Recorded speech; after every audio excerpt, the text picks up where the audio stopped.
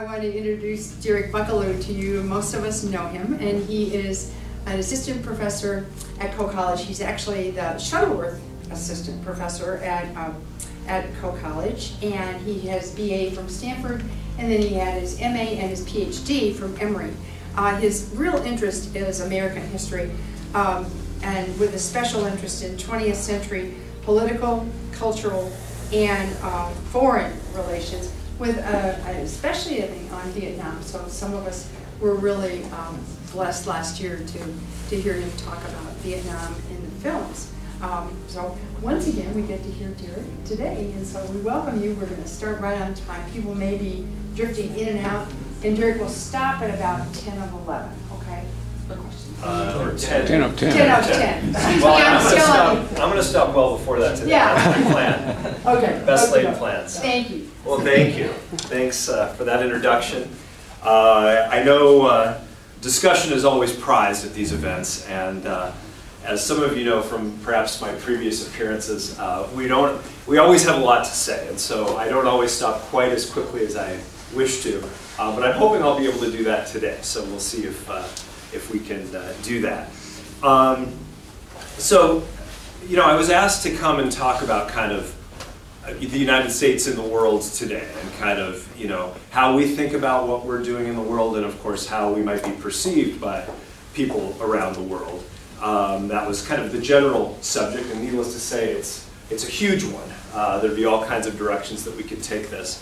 What I would like to do is, rather than when we get to discussion, being sort of the expert that has presented exactly how we should be thinking about all these things, what I'm going to try to do is plant some seeds, offer some ideas or some concepts and some questions, and then just sort of facilitate and participate in the discussion. So once my comments are completed, I'm hoping we can just kind of go around the room and kind of think about this together and kind of reflect on what we make of the very complicated world we're in today. And of course, it keeps shrinking year after year. It all seems closer, it all seems challenging, and as I mentioned in my comments, there's even some nostalgia for the Cold War, for its simplicities, right? You know, oh, Moscow, oh, who can we hold accountable? You know, where are the problems, and we can define them more clearly. And I'll mention the irony of that. That was a much more dangerous time for human civilization than really the one that we're in now, although if you broaden the perspective to talk about climate change, then of course it can become more complicated again. So I want to start by just presenting some ideas and some thoughts, and then we can talk together about some of this. So I wanted to start as an historian, not surprisingly, with the stories that Americans tell each other and tell ourselves about our history. The stories that we often tell tend to be of what we might call the black and white variety, and they often are stories of progress in one way or another. And there are two classic versions that get talked about a lot. One is the story of the Western, the story really of the creation of the United States and the expansion across to the Pacific. Of course, first in dime novels in the late 19th and early 20th century, and then of course famously in films. And then the war film. We often tell ourselves stories that are stories of war, but they're always stories where it's usually pretty clear who the heroes are, it's usually pretty clear who the villains are. That's how you tell, in general, a good story like this. But the problem is that these kinds of stories that we are suffused in don't necessarily give us a very clear-eyed picture of the world as we find it, because in general, the villains are a lot less clear, and exactly what the heroic or the right thing to do isn't always as clear as it is for John Wayne at a certain moment when he's presented with his challenge. It's part of why we like those stories, that we know who to root for and that kind of thing. But needless to say, the world has become a lot more complicated since then. It's part of the reason, by the way, if you've ever wondered why the Western as a genre has sort of faded away, it's because it's much harder to tell those stories and have them make cultural sense to us anymore. Because in general, since the 60s, the way we think about the world and the United States has become more complicated. It's a little harder to root against the Indians now. for most of us and many of us, as we kind of think about, well, okay, it was a more complicated story than that, and maybe we're not completely comfortable with everything that happened in relation to that story at a minimum. So those are classic sort of categories of stories that we tell ourselves. And one of the things that I like to point out to students is how much these stories are about violence. That, you know, violence is at the heart of these stories, but interestingly, the categories that we create around that violence are really, really important. Some of the people that use violence are justified in doing so. And then there are other people whose violence is, by definition, sort of unjustified and actually brings on the need for the violence that is going to be dished out by the heroes. In other words, it's not so much that some of us, some human beings or some governments or some societies are violent and others are non-violent. It's just how we kind of define the violence that we do. And of course the violence that others do. So the important thing that I want to talk about today is kind of the categories that we kind of create as we talk around these issues that render them more black and white, but in certain ways have a thumb on the scales. We sort of privilege a certain version of actions, and they're often our own actions, or the actions that of course make sense in a certain way to us. And then of course cast aspersions on the actions of others at the same time. In other words, the creation of categories or dichotomies often helps us to define the world in one way or another. But in these stories that we tell ourselves, our violence is just and even necessary. The other side's violence is unjust, unthinking, and it, if anything, rationalizes what we do in one way or another. And if you think about you know, the Western or sort of the history of Caucasian relations with Native peoples, if you think about slavery and the way African Americans have long been defined in American culture, if you think about America in relation to Latin America or Mexicans, there's all kinds of definitions that push them into certain categories and then define the West or the United States or whites in Texas in the 1840s in a certain category in relation to their neighbors. And of course the same thing happens when we talk about the war on terrorism. Not that anybody needs to approve you know, attacks in Paris or anything like that, but those come out of a particular context. And in terms of thinking about them and trying to kind of make sense of them, I think putting them in a broader context can be helpful to us in a variety of ways. So the first question I want to pose to us is, do the stories that we sort of naturally tell ourselves are sort of the easy answers that we come to when we're faced with things that are very hard to think about? Do they help us understand the world as it is, or do they in certain ways blind us to certain things, or make it hard to think our way around the challenges that are in front of us? And to give you just one example, I think the argument can very easily be made that post 9/11, the choices that we have made to fight terrorism the way that we have fought terrorism have actually made us and the world less secure and more terrorized, not less terrorized. Both directly, when I think here of the terror, frankly, that we create with drone warfare or the wars that we've been involved in Afghanistan and Iraq, and of course in Pakistan and Yemen and other things like that. But I also think about what the CIA would describe as blowback. That, needless to say, drone strikes and warfare attacks a lot of angry, embittered people, or creates a lot of angry, embittered people. That then conclude that this is what the United States is. Whatever I thought the United States was before, the United States is the people who came and destroyed this village. And I don't like those people. Anybody, if that's who they are, I don't like that society, that group of people. So there's a lot of ways in which I think thinking about the categories that we create in our thinking can help us think a little bit better or more clearly about the world. And I think that what can come out of that is some better choices on our part. In the end, the only thing we have control over is how we respond to life. Right? Famous observation, you know, a big, huge part of life is, you know, you'll be challenged, you'll be knocked down. Do you get up? Or do, you know, how do you respond to life's challenges? 9/11 occurs, but the question is on 9/12, what do we do? Right? That's what we actually have control over in certain ways. So we're dealing with categories, we're dealing with dichotomies, and I think those are important as we sort of think about what, how we sort of perceive the world. Another area that I think we can think about categories or kind of dichotomies is the idea of defining the national interest. This is a phrase you've probably heard. It's often offered as why we're doing things. It's in the national interest to do this or to do that. And I think it's helpful to consider just how do we define the national interest. Is there a national interest for the United States? Is it really the same for all of us because we are all this category of identity that we call Americans? Or is it possible that we the people, quote unquote, might have different interests, if we can even describe a group of people that we call we the people, have a different group of interests than the government, than the Pentagon, than oil companies, than people with different means than we have in one way or another. In other words, kind of thinking about when a choice gets made, for example, to go to war, what is asked of different groups of people?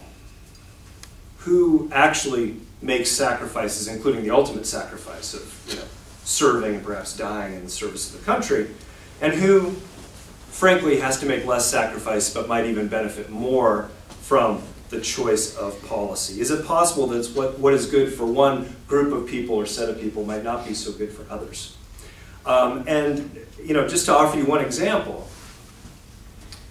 in the wake of 9/11, and as the war in Iraq was becoming a distinct possibility, there was some discussion about bringing the draft back. Does anyone remember 10, 12 years ago some discussion about maybe we should have a draft again? Does anyone remember who was talking about that and advocating for that? It wasn't Dick Cheney. It was liberal members of Congress. Interestingly, liberal members of Congress. Of course, the reason was they felt like there was a disconnect between the people who were perhaps choosing the policy of invading Iraq and those who ultimately might have to make a sacrifice, like having a young person that you know or a young person that is related to you actually go and do the fighting and risk one's life. And even if you kept one's life, have to do some things, needless to say, that might be pretty challenging psychologically to do. The argument was there is a disconnect, there is a dichotomy between those who are going to make a choice for war and those who ultimately were going to have to do it. But if in one way or another we all were in jeopardy of being chosen to go and to fight, maybe that would reduce that dichotomy. And of course, the thought was perhaps put a brake on the thinking that responding with choices of projecting military power around the globe, whether that would be the best choice or not. So one of these dichotomies, and it's not a simple one because of course you can talk about a wide variety of categories, might be in relation to this idea of the national interest. The idea of a singular national interest is something that gets talked about, and of course talked about by policymakers and by political scientists in terms of the paradigm of realism. What's in the national interest? That's what you should do. But of course it gets complicated talking about exactly what the national interest would be. And one of the classic ways this gets talked about too is of course Beltway opinion, right? The thinking that happens inside of the Beltway in Washington D.C. as opposed to usually defined as a conventional wisdom of one kind or another versus the reactions that other people are having outside of Washington, D.C. An additional dichotomy I'd offer to you is the idea of kind of short-term thinking versus kind of longer-term thinking. Short-term versus long-term.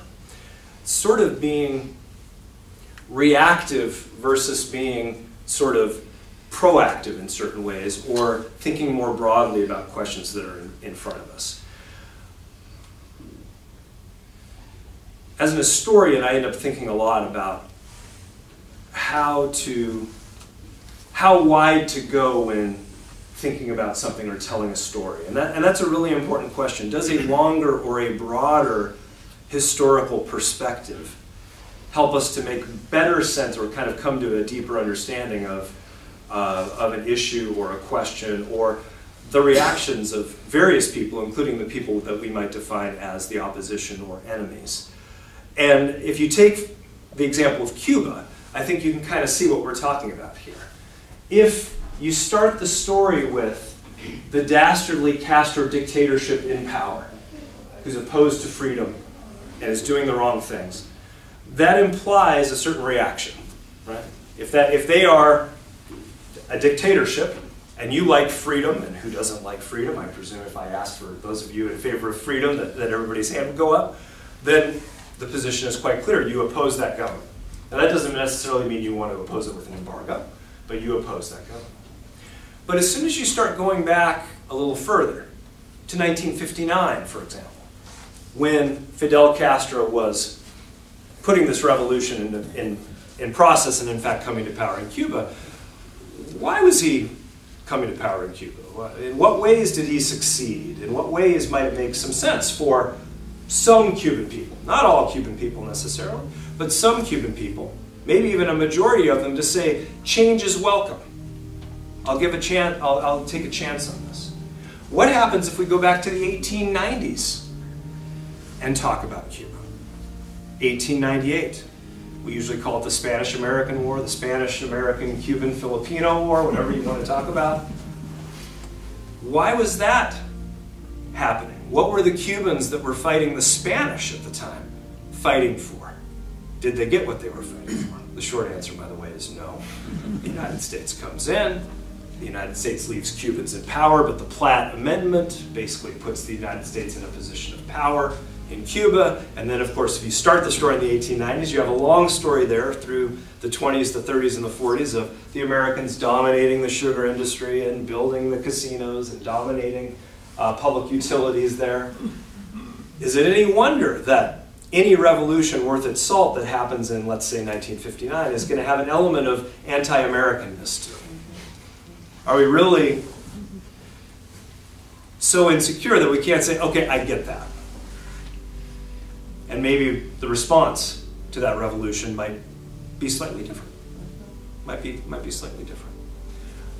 How you tell a story, when you start a story, matters a great deal as you think about these things. With better, fuller context about the Middle East, about Iran, about Cuba, about China, how do the situations look different when we look at them that way? What other possibilities, other than whatever's happening right now, might open up or allow us to think a little differently about how the United States might be in the world in that way? This isn't always going to be reassuring. It means looking at ourselves as well as looking at, that crazy part of the world where these troubles are happening in new ways. But it might open up the possibility of a different approach to the world and perhaps better policy choices, more cost-effective policy choices that work better, policy choices that we're prouder of in certain ways or put a different face on the society that we're all part of. Now, needless to say, as an historian, I think these broader contexts are valuable. Not everybody feels that way, of course. And of course, one of the examples of this is, of course, Stephen Colbert making fun of the idea of truthiness, right? Truthiness is the truth you learn from your gut, not books. Right? That expertise should be questioned, and you shouldn't ask too many questions, basically.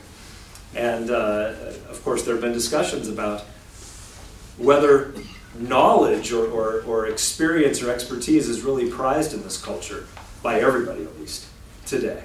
And I would suggest to you that if you start to say, well, you say tomato, I say tomato. I know you have a PhD in Middle Eastern history, but my opinion is just exactly the same as your opinion. If you go down that road and say, well, it's just there are many truths and you can't really know anything and you can't really think about anything. If it's impossible to know anything, then really knowledge itself, thought itself, kind of gets undermined. And I'm not sure that's a helpful way to be in the world. Just a couple more dichotomies for you. Projecting power versus receiving power.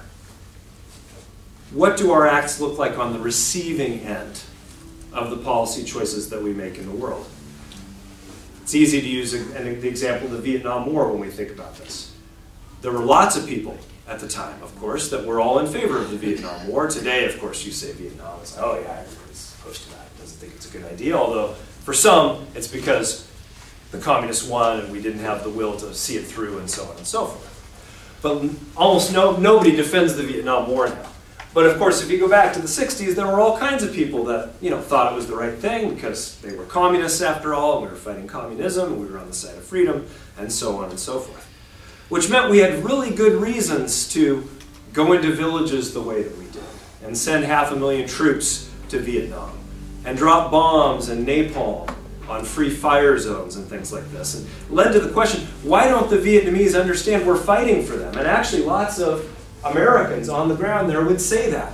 I don't get what's up with these South Vietnamese around us. Don't they know we're here helping them? Yet they don't seem very grateful, and I don't know which one might be VC and which one might turn on us, and so on and so on. Why don't they get it? I would suggest part of the problem is that we weren't really thinking about what it might look like on the receiving end of what the United States was doing. Even the GIs walking into a village. After all, they're going to be larger people by and large than the Vietnamese. They're going to be men carrying guns and 85-pound packs. They're gonna bark things in pidgin Vietnamese or with a translator, but there's only one with the group, and it's hard to kind of have people understand what's going on. There's a moment in Platoon, by the way, that captures this that I like very much. Chris, the protagonist, played by Charlie Sheen.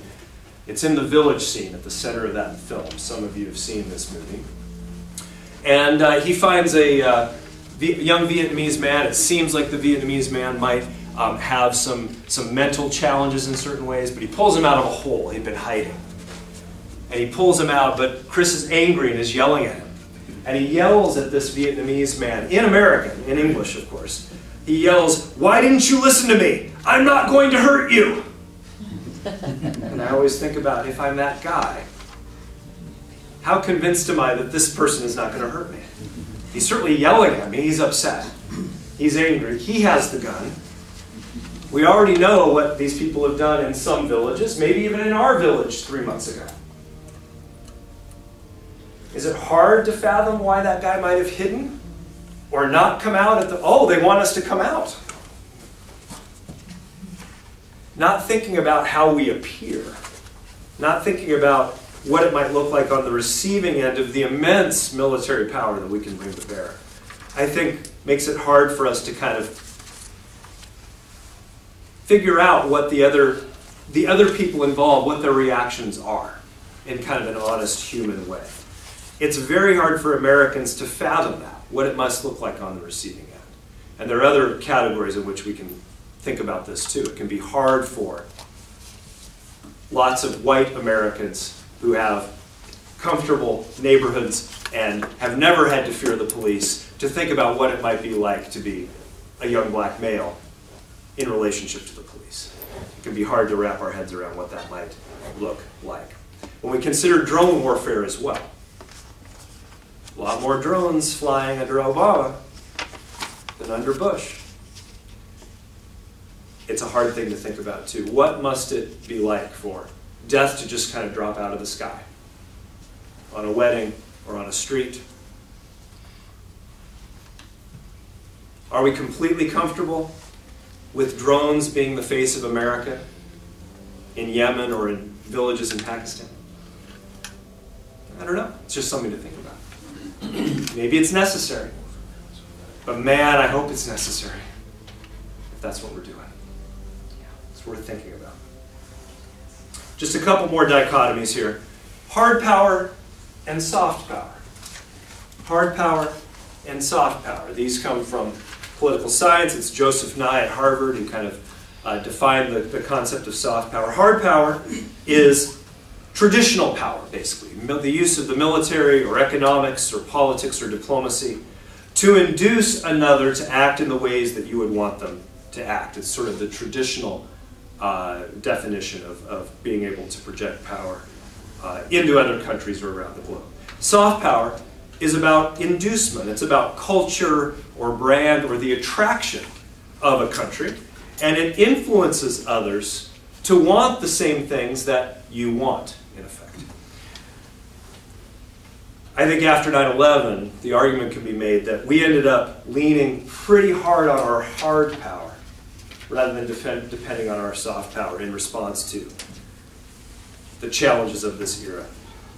It hasn't proven very effective. One might even argue it's become part of the problem in terms of turning lots of people off to the United States and the world. And we have tremendous advantages in soft power, even as those have been problematized by things like torture and Abu Ghraib and other sorts of things. The United States remains, here's the good news, we remain soft powerful around the planet. There are all kinds of people, particularly young people, welcoming the modernity that's coming to their countries, that are profoundly attracted to at least a general sense of what America is. If America is Starbucks and McDonald's, and America is freedom and experience, America is rock and roll and Jay-Z, these are things that all kinds of people, including the millions and millions and millions of young people growing up in the developing world, they're still profoundly attracted to these things. Some of us in the room might not be all attracted to this thing, but that said, our soft power remains incredibly valuable, even with, arguably, some mistakes that have been made by the United States over the years. So maybe depending a little more on the soft power, it means a long game, not a short one. It means depending on kind of cultural change rather than the directness of an invasion or an occupation. In that regard, it requires a lot of patience. But we remain soft powerful. Maybe cleaning up things like torture and racism at home and other things might be the best medicine for making the world a better place and making the United States and how it's perceived in the world more positive. Let me give you just one last dichotomy and I'm going to wrap up. And that's the Cold War versus today. I already mentioned that I talked about this earlier. There is some nostalgia for the Cold War. It seemed clear-cut, who are the good guys, who are the bad guys. It's nation states, you can hold them accountable. There are ambassadors that can go, ask for meetings and that kind of thing. The irony, of course, of this is that the Cold War, forgotten, of course, by lots of the young people that I teach at Coe College, they have no clue what any of this was about. It was a long time ago. For them, that was the era of the true mortal threat to the United States and to human civilization. The nuclear annihilation would be. But famously, the Cold War comes to an end. The world doesn't blow up. And it's a new era for the United States. There was even talk about a peace dividend. Finally, we can get on to the things we really would rather be doing with our money and our energies. Not fighting off and containing the Soviet Union. Now we can get back to building the best society we can build. Well, that peace dividend idea came and went. At least partially because there were lots of people that were looking for the next enemy. Because defining ourselves in relation to an enemy had worked relatively well through at least the 50s and into the 60s. Maybe less well after Vietnam arrives and that kind of thing. But it had worked relatively well to kind of rationalize spending choices and kind of keep the United States, a country of hundreds of millions of people, kind of together and focused and on a project. And now things seemed fractured and things seemed kind of atomized. So there were lots of people that were kind of pining for an enemy and looking for an enemy. Maybe Latin American drug lords will do it. Well, they never really kind of did it. Didn't really work. The James Bond movies in the 90s, the Latin American drug guy is the baddie. That's no Spectre, or the Russians didn't quite hold up. But then 9/11 happens. Spectacular day, not in a good way, but a remarkable, shocking day, and all of a sudden it's, okay, here we go. This will rationalize and justify actions and give us something to fight for. if not just only fighting against something. Islamic terrorism becomes the enemy. Well, I'm not sure that our response to that, what we've done from 9/12 on, has helped us as much as it might have. To what end has our reaction been quite right? We end up with the wars of choice in Afghanistan and Iraq. We end up with remarkably expensive military budgets and war budgets, and none of it seems to work very well. For all we've done in Afghanistan and Iraq, they're basket cases. It's easy to say, well, it must be the people there, but maybe the choice of policy wasn't quite what it needed to be. Afghanistan and Iraq have ended up the longest wars in American history and the most expensive wars in American history. And maybe they've even been counterproductive. As I suggested, our attention in the form that we've made it has actually perhaps enlarged the problem, made us less secure, led more people to say, well, if anybody should be blown up, it's those people. Which isn't necessarily the way that we want to respond. The irony of all this effort as the great single superpower in the world being so counterproductive. It hasn't made us secure. The last thing I want to say is thinking about what it means to strive for security. What does security really mean? Is it something that we can achieve with military power? Or are there other threats, even more mortal threats, that really threatens the United States that we'd all like our country to be? I would offer just a few examples with regard to that. Gun violence. Far more people die every year from gun violence in the United States than from 9/11. What to do about that? We've got the Second Amendment, we've got certain traditions. What to do about that? Healthcare access. Healthcare access. Families that can't see doctors when members of that family, including kids, are ill. It's a market. We leave it to the market to sort of allow one to have access to health care. You need to have insurance, that costs money, so on and so forth. But again, there are studies that suggest 18 to 20,000 people a year in the United States die basically from lack of health care because they couldn't see doctors when they needed to see doctors and end up dying. Needless to say, some quick math in relation to 9/11, in relation to other things. Maybe that's the threat. Now, it doesn't hit all of us equally, but frankly, neither does terrorism. Does anyone think Green Square Park's going to be hit by terrorists soon? I can't assure you it won't be, but what are the chances? Really? And then, of course, the big one, climate change.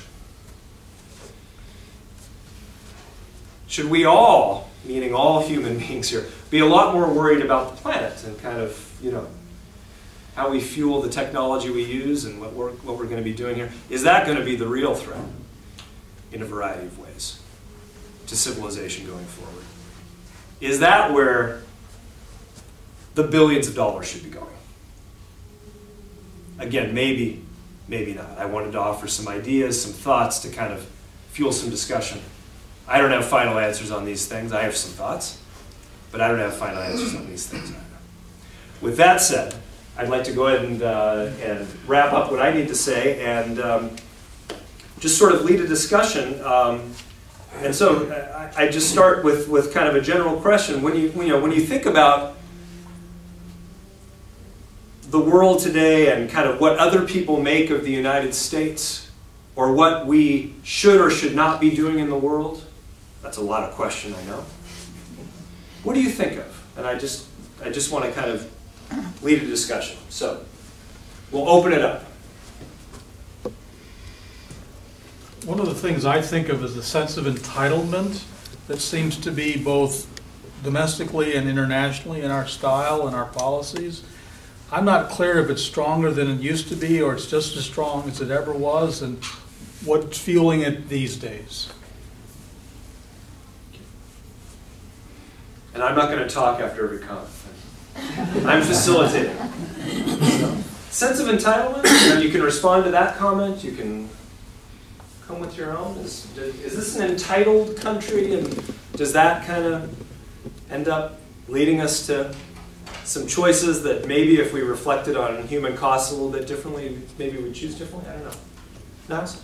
I had a friend who asked me to mentor their daughter. She was a senior in college, not locally, out of state, political science major, international political science, and her thesis advisor asked her to do one on the Middle East.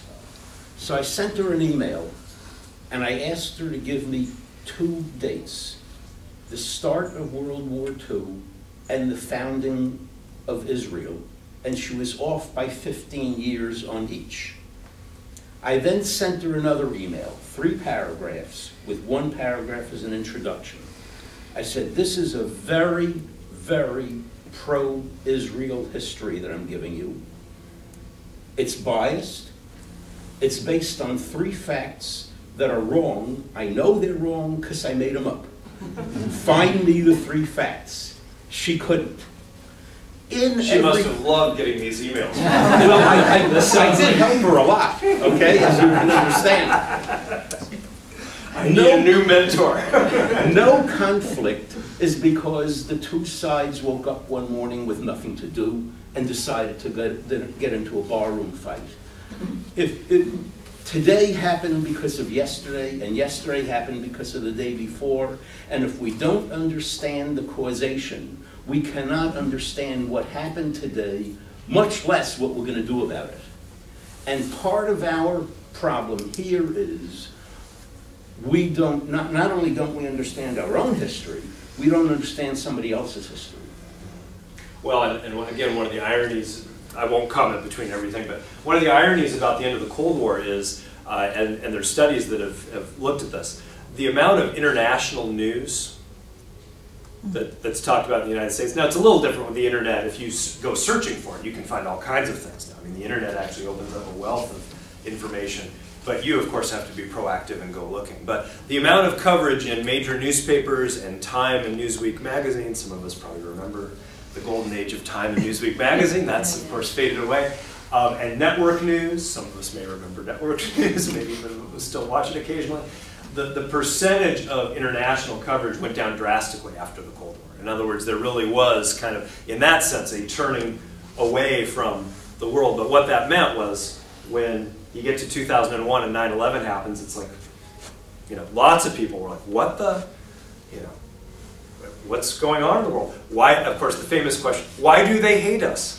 Which, of course, implies not really having a sense for how you might be perceived, which is not to approve of their perception of the country, right? It's not about that. But it's about, you know, thinking about, okay, how might I be perceived? We do this all the time, right, as a person, right? You know, there's a misunderstanding at work, and you come home and you go, yeah, you know, at the end of the meeting, you know, so-and-so seemed kind of miffed, you know, I didn't make that comment about the blueprints. You know, maybe she misunderstood. What I really meant was this. And, you know, it doesn't mean, you know, that figuring out means the next day you go to work and you go up to Abby and you say, you know, I just wanted to make sure you understood when I talked about the blueprints that way, you know, blah, blah, blah. You know, you clarify. Right. Now, Abby might say, well, I don't care what you say.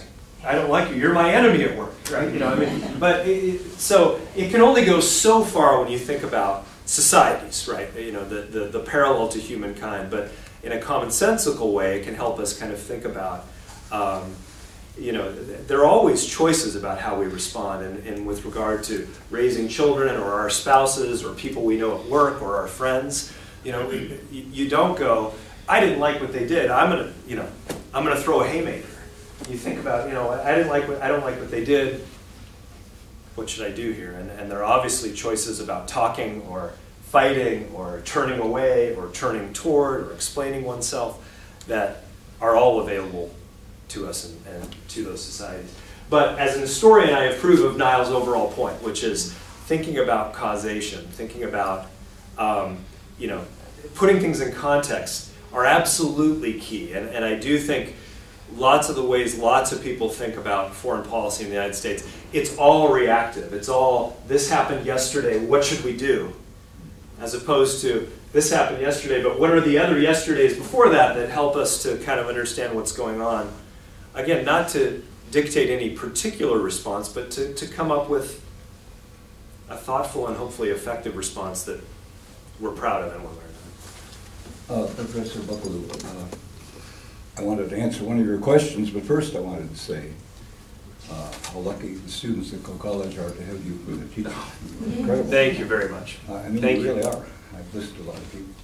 Thanks. Your question was, is Green Square going to be attacked by terrorists soon? And my answer is yes.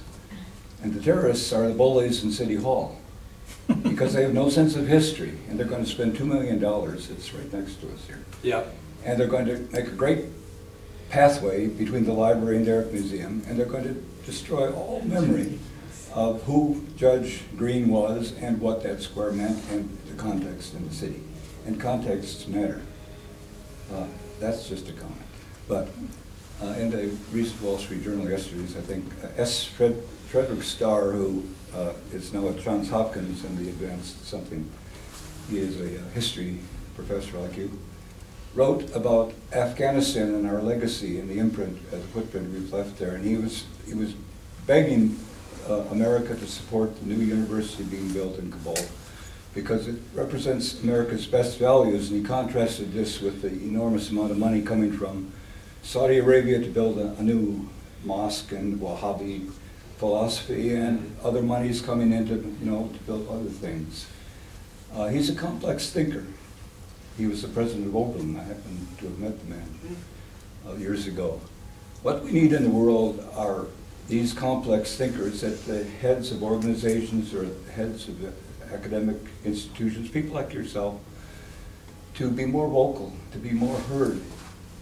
Tony Jute at NYU was a wonderful man, and he had dreams of America.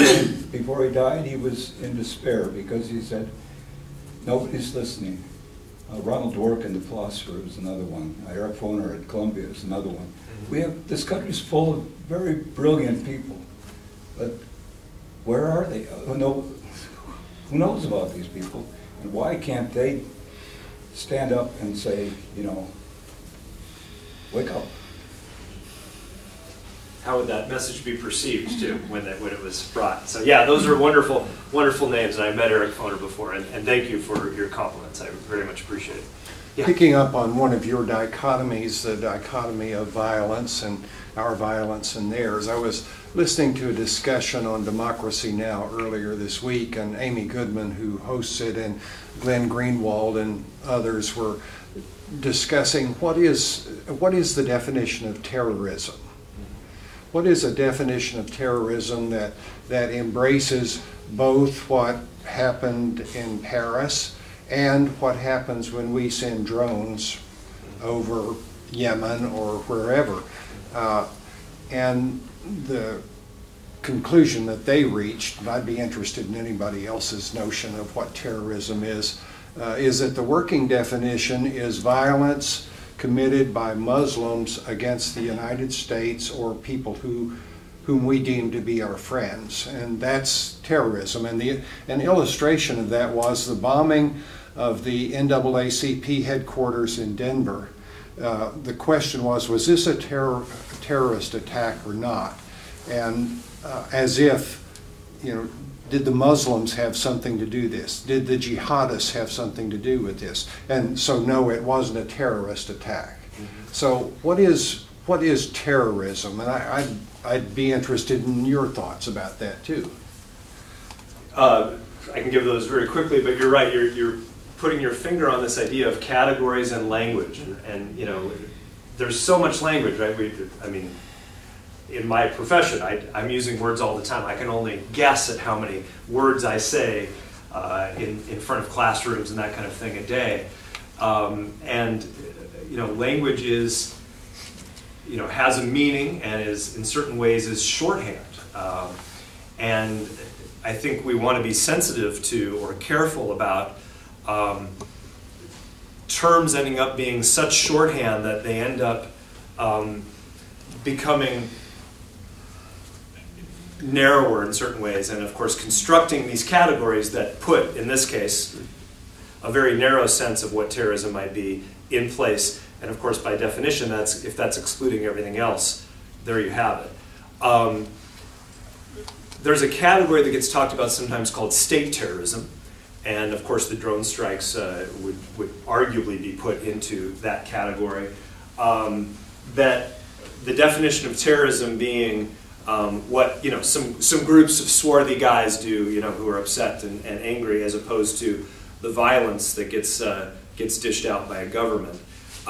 Clearly, that privileges state violence in certain ways, and you can certainly see this in the Israeli-Palestinian conflict in the Middle East. Again, if the category is, well, let's look at the violence that's happening here. There is no question that the Israeli army dishes out far more violence than the Palestinians do. But that said, of course, by terrorism definitions, it's the discotheques or the pizza places that have bombs exploding in them that get defined as the terrorism, as opposed to what the Israeli army does in the occupied territories. So there's no question that kind of how you define these things matters a great deal. That's part of why I like this idea, and I led with it, that there's a lot of violence being promulgated all the time, including by us. And so I think thinking about violence and then thinking about the ways in which we rationalize or justify one set or not another set is a better way to think about it than starting from that category of terrorism as they were kind of discussing it on the radio. So.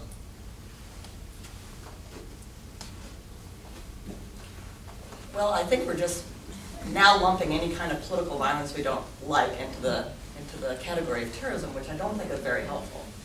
Terrorism, if nothing else, has to be intended to invoke widespread terror. If the state is doing that with that intent, we might name it terrorism. If an individual or a group is doing it with that intent, we might call it terrorism. But just because you don't like what the Israeli army is doing doesn't make it terrorism. If they are going, in particular, after military targets, rather than trying to terrorize all Palestinians, we might call it terrorism. And in some cases, they probably are trying to terrorize Palestinians. But I don't think that we can say that everything that the Israeli army does vis-a-vis Palestinians is fairly called terrorism by any definition. Yeah, it doesn't certainly have to be everything. I think you're right to grant that there's clearly situations where they are cowing the Palestinians with the state power that they have. But you're right. Any of these times where we get, that's what it means to be thoughtful and kind of mature about one's thinking. Is every time you get to a moment that feels comfortable, you sort of have to keep going, because the very moment you go, well, then that's what terrorism is. You sort of never want to stop reflecting on these ideas and thinking about those things. So, Tom? You talked about hard power, soft power. Certainly it's easy to come up with myriad examples of historically successful nations which exercise hard power over long periods of time. We'll start with the Romans and we'll just work our way forward. I'm having a little more trouble coming up with long-term successes from the exercise of soft power. One that comes to mind is actually the Swiss, who are very good at getting other nations to do things that enhance the profitability of Switzerland. But apart from the Swiss, I really can't think of successful soft power nations, and I'm wondering if you can perhaps enlighten us on that. Well, I don't know if I can enlighten you. So you don't think the United States, for example, consider China, right, the People's Republic of China, which has changed drastically since 1978. Opening itself up, economically, altering, its, the way in which that economy is developing.